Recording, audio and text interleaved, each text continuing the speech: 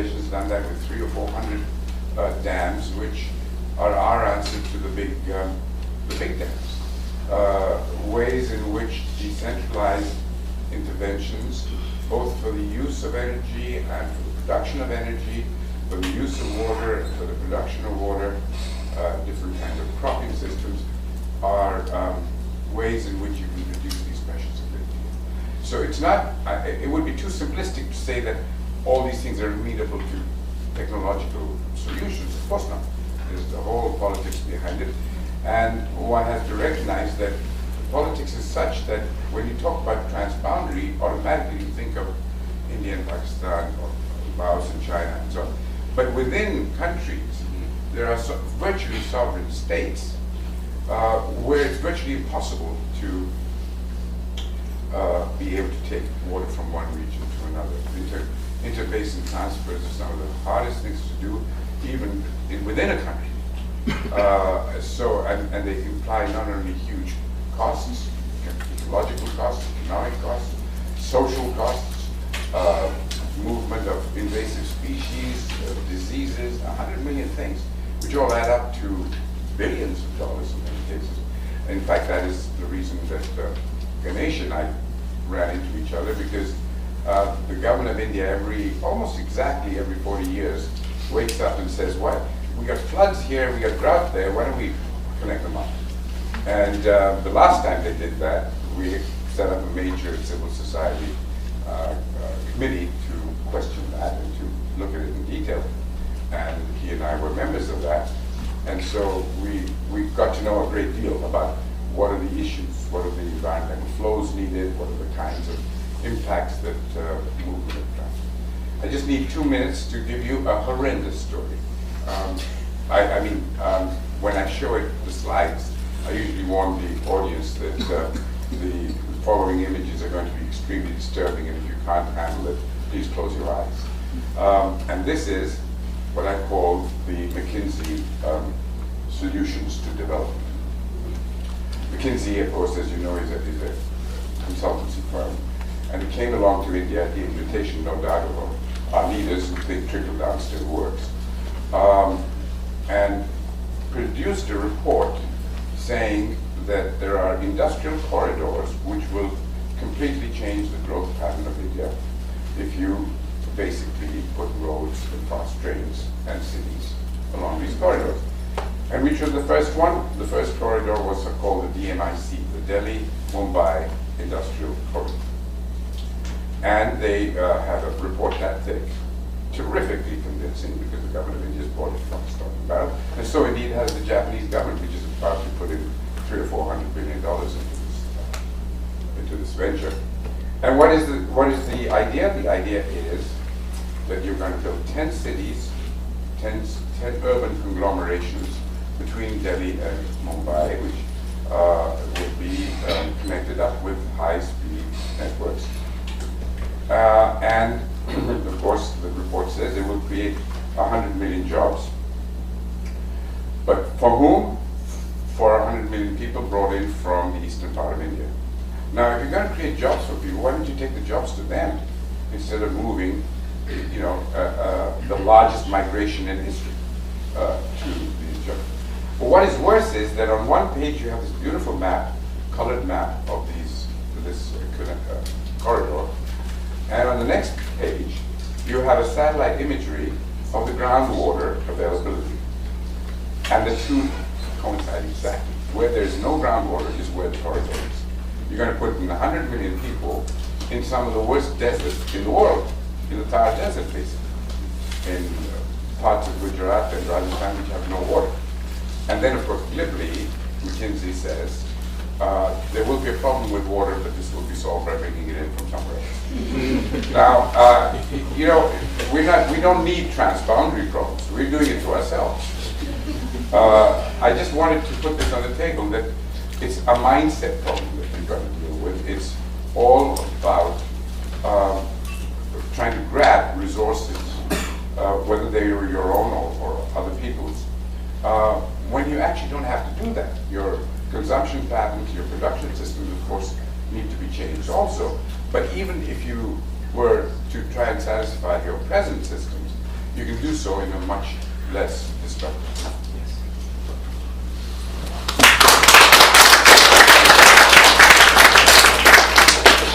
Thank you, Ashok. And now I'd like to call upon Minister Heidi, our last panelist. Thank you very much. It's been a great learning occasion the last 1.5 hours for me, because I've been following our cooperation with the Mekong Water Dialogue, and I've been very much also following the work of the Mekong River Commission.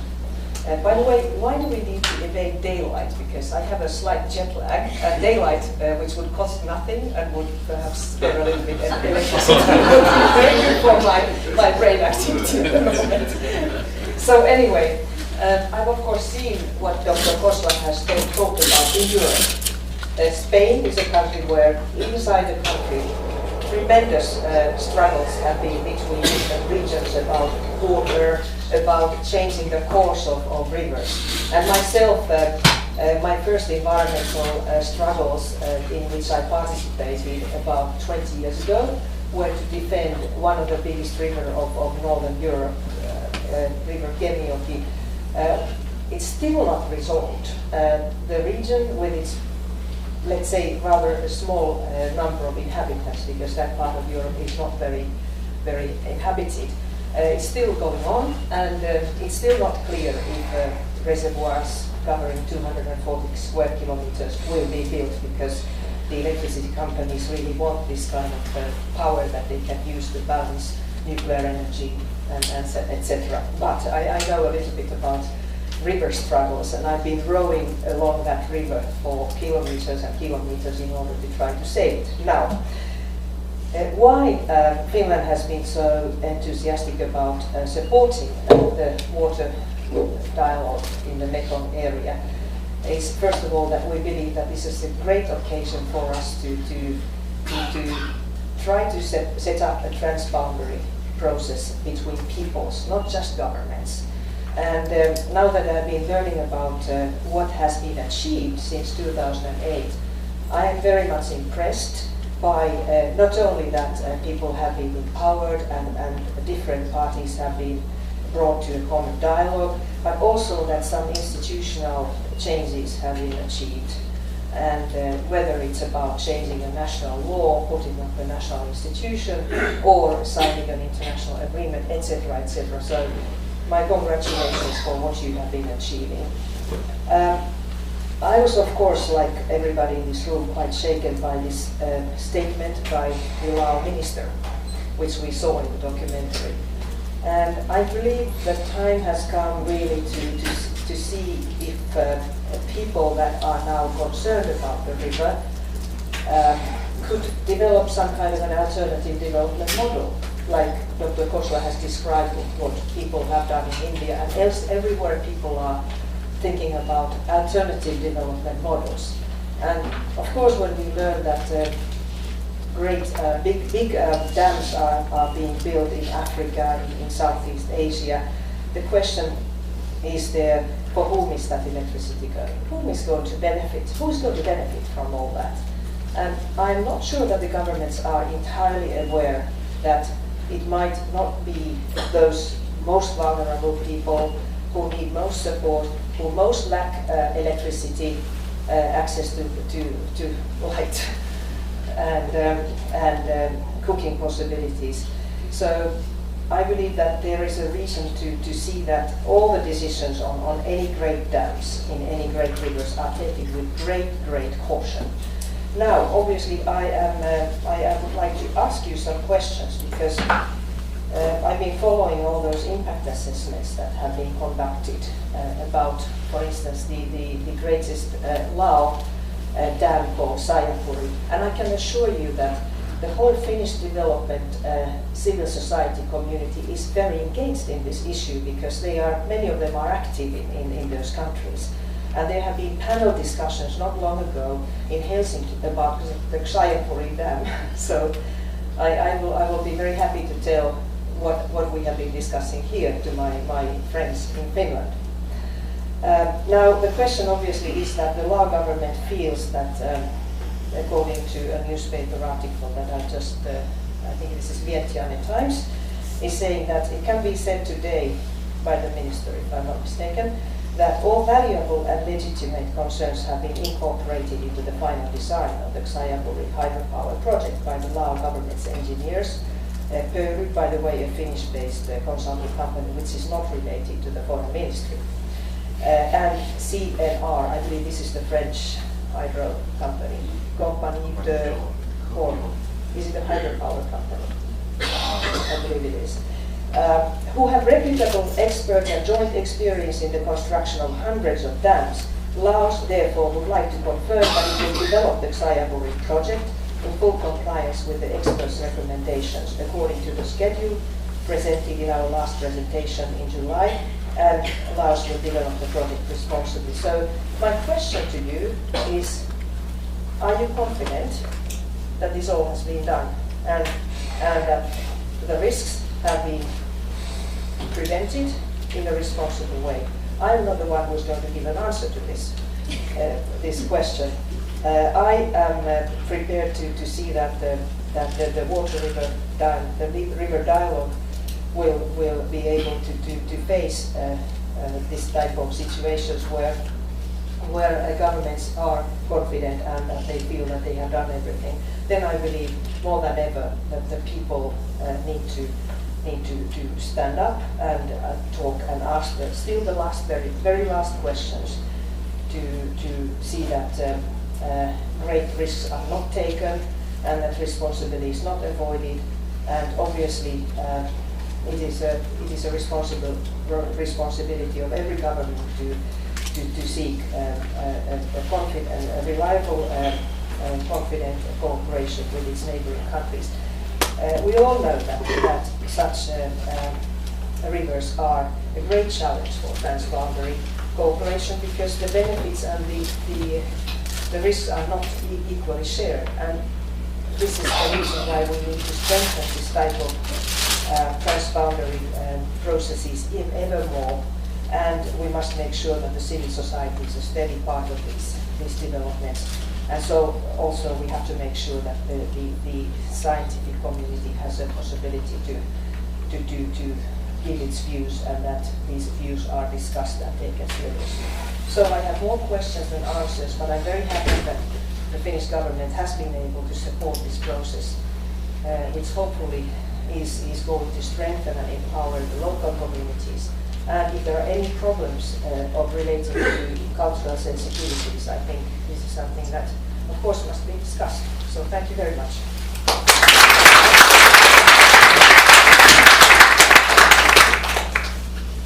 Thank you, Minister Heidi. What we are going to do is that we are lucky with time in the sense we have managed to stick to our time. So we have about 20 minutes plus for questions from the audience. It doesn't have to be a question. If it's a comment, also you can have your short comment. So hands up. Okay, I have one. And just before I take that question, for each of the panel members, the parting statement from you I would be looking at, and that's why I'm giving you 20 minutes of time. Lead time is, Ashok, you said mindset, and I think that's the whole question. How do we change the mindset? And whatever level you want to answer that question at. I don't want to say mindset of politicians, because we have also Minister Heidi, whose mindset is in the right direction as we see. But in South Asia and Southeast Asia, I think we do have issues. So that's my question to the panel short, is what would you say before you leave the room as to that silver bullet for the changing that mindset? And now I'm opening the floor to the audience. You can think for the next 20 minutes. Yeah, I had a hand behind. Can somebody please give a mic? I am Yusuf Bandani from Mahabedi Organization, Pakistan. My question both Dr. Chipa and Javed Jabbar. India and Pakistan both are neighbor countries. Mostly climate related problems are similar. And my question is, are Pakistan and India sharing their expertise, experience, research practices, best practices? If yes, if no, so what are the constraints and problems? in future we are expect, if not, so how can we engage community to sharing experience, expertise? Any other question? Okay, I'm going to go back. Ashok, Javed, anybody want to take it up? Yes. Good.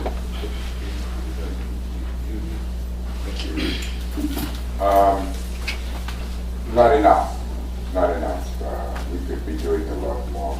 You know, the scientific traditions, the institutions we inherited from the departure of the British, 100-year-old institutions in the field of science, of surveys, of botanical surveys, of zoological surveys, of meteorological, geological, everything comes from the same basic DNA in terms of the scientific traditions. Our universities are very similar. The same professors. My father was a professor in Lahore University. I mean, you know, we come basically with a gift in the scientific domain that very few new countries ever have. And an intellectual base in both countries. And Pakistan produced the first Nobel Prize winner in the Third World.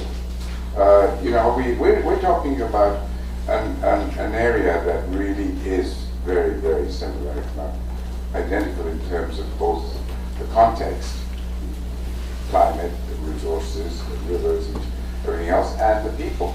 So, given that, it's clear that we do not interact enough, and it's clear that we lose, both of us lose as a consequence. I believe that's going to change. As Jared said, when we go to conferences, when we meet abroad, when we live in diasporas in California or England, they're the best of friends. We haven't been able to sort out our politics. That's the problem that needs to be done.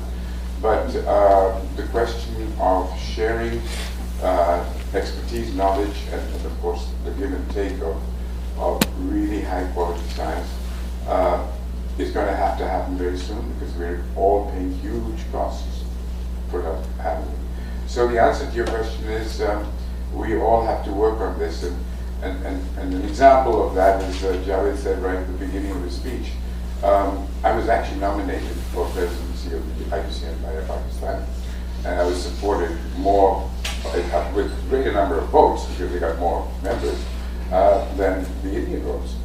So I'm very grateful for that, and I certainly hope to return the favor one day for that meeting. Oh, excuse me. Ganesh, I will send you a silver bullet, but the resolution committee has been waiting for me since 4 o'clock. Okay, Would you excuse me? Yeah, sure, thank you. And if I may just supplement what Ashok has said. But the good news is that despite the traditional hostilities or difficulties between India and Pakistan, the previously sporadic official exchanges, which should have been much more fulsome in view of the abiding nature of the Indus Waters Treaty, have now improved, and there is greater frequency of meetings on water issues particularly, and also on environmental issues. But water has now risen to the very top of the Indo-Pak agenda, and that is partly because of the lack of communication in the past. On track 1. On track 2, also there is good news. I happen to be associated with the track 2 initiative, which is the longest of its kind between the two countries. It is a quiet dialogue, and we have made water issues a singular item of interest or exchanges between both countries, and we've had water experts directly engaging in dialogue behind closed doors, so that there is no distortion and playing to the galleries due to media coverage. So that is a best practice which is worth emulating in the Mekong River, without taking away from the transparency dimension. Often, with a non-transparent approach, you can achieve much greater speed so that you don't allow constant media intrusion to distort individual national perspectives. It's a very ironic thing to say, but actually closed-door dialogue can sometimes achieve radical breakthroughs. Whether it was the secrecy of the Nixon initiative vis-a-vis China, which brought about a fundamental shift in international relations, and he didn't do it transparently. It was only post facto that the world was told that this had happened. Because if he had announced it in advance, a lot of hype would have been built up. So sometimes best practices are to keep it quiet, keep it focused, and work. And lastly, civil society between India and Pakistan have begun to conduct greater exchanges. So perhaps the Mekong River countries might wish to look at some of the models that are evolving in South Asia. Thank you. Thank you, Ashok. Yeah. I think we'll take some more. And Related this question. How can define the role of IUCN in this regard? we can do that over dinner. I invite you for dinner today. Not being rude, I'll give you dinner and we'll discuss it for sure. What we'll do now is, I think let's try to wind up. And as I said, I don't want to put the panel in a spot by that silver bullet, but whatever you want to, your last comment. Thank you.